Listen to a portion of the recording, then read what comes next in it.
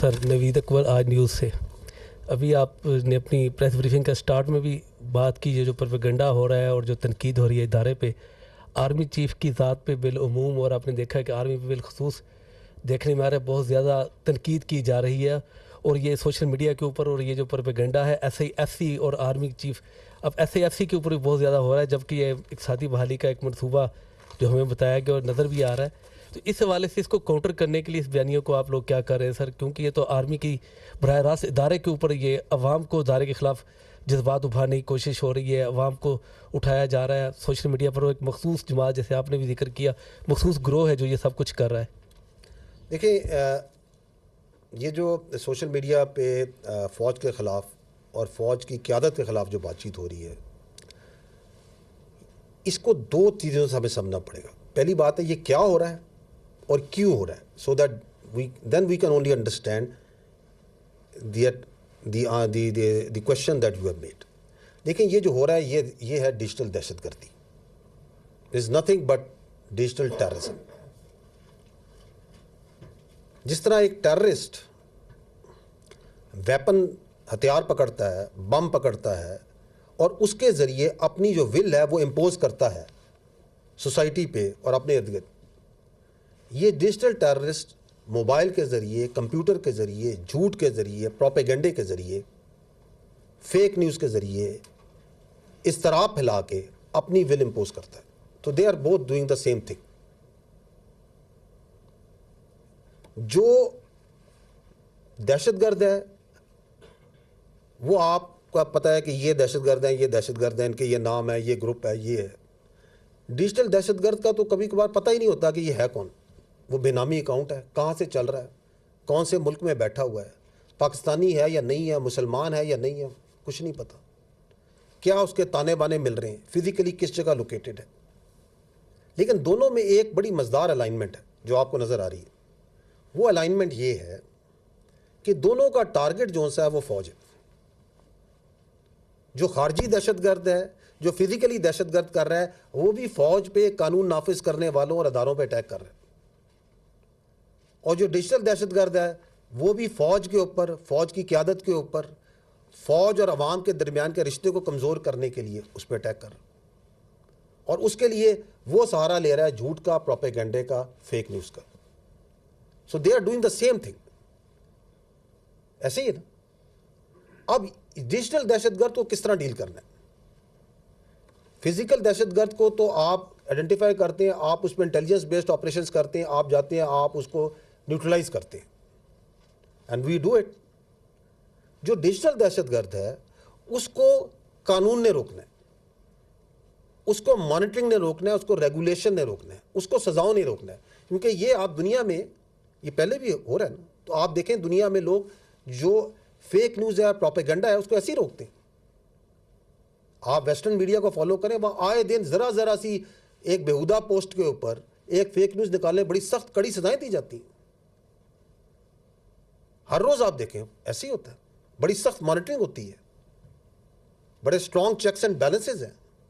آپ کے ملک میں آپ نے بھی خود کہا کہ کچھ عرصے سے, کیا ایک تواتر سے فوج کی قیادت کے خلاف اور اداروں کی قیادت کے خلاف کیا بیہودہ سے بیہودہ بات چیت نہیں کی گئی, کیا فیک نیوز نہیں پھیلائی گئی.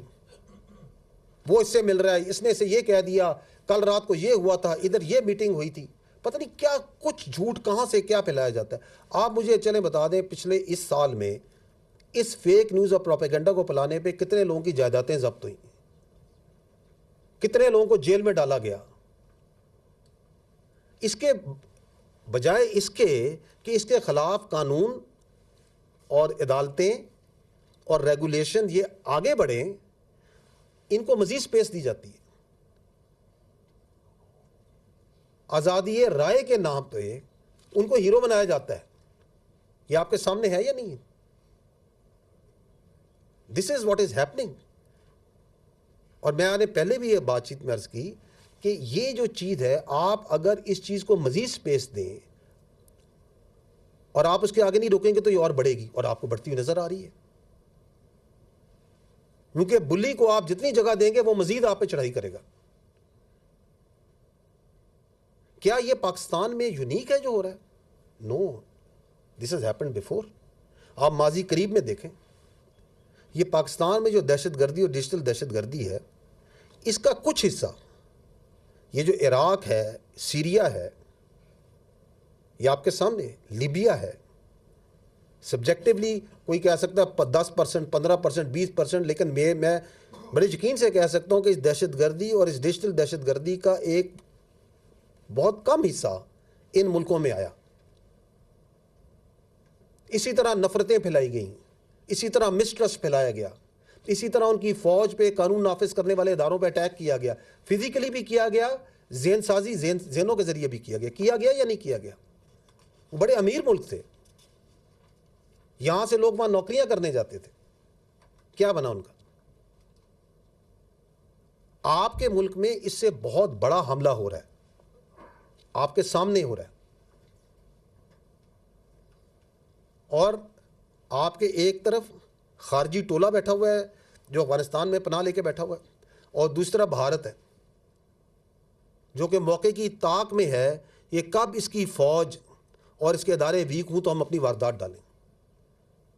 اور اس کے ثبوت ہیں، آپ ماضی قریب میں دیکھ لیں.